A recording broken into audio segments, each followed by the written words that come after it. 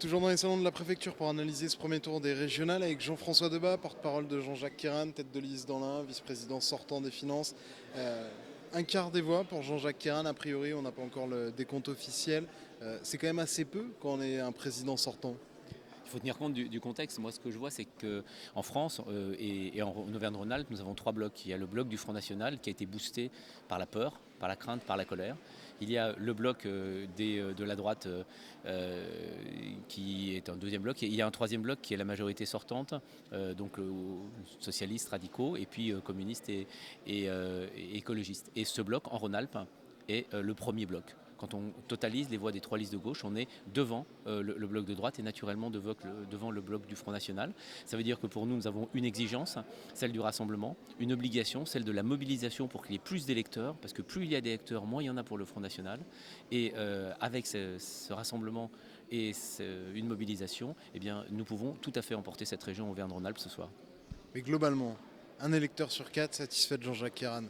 Pour vous qui faites partie de sa majorité sortante, c'est un désaveu. Vous savez, quand on est sortant, je rappelle qu'on avait fait 25% en 2010. Donc si on regarde notre score du bloc majoritaire de la majorité, la gauche, les démocrates, les écologistes, notre score est satisfaisant. Vous dire qu'il nous comble, c'est pas la réalité parce que le total gauche, même s'il nous porte aux environs 36-37% et nous permet de gagner, est insuffisant par rapport à ce qu'on pouvait penser, espérer, mais dans un monde parfait. Moi je regarde ce qui se passe ailleurs, je regarde le fait que nous sommes dans une élection qui a aussi une dimension nationale. Le score des Républicains aujourd'hui en Rhône-Alpes est décevant. Et d'ailleurs, ils sont déçus.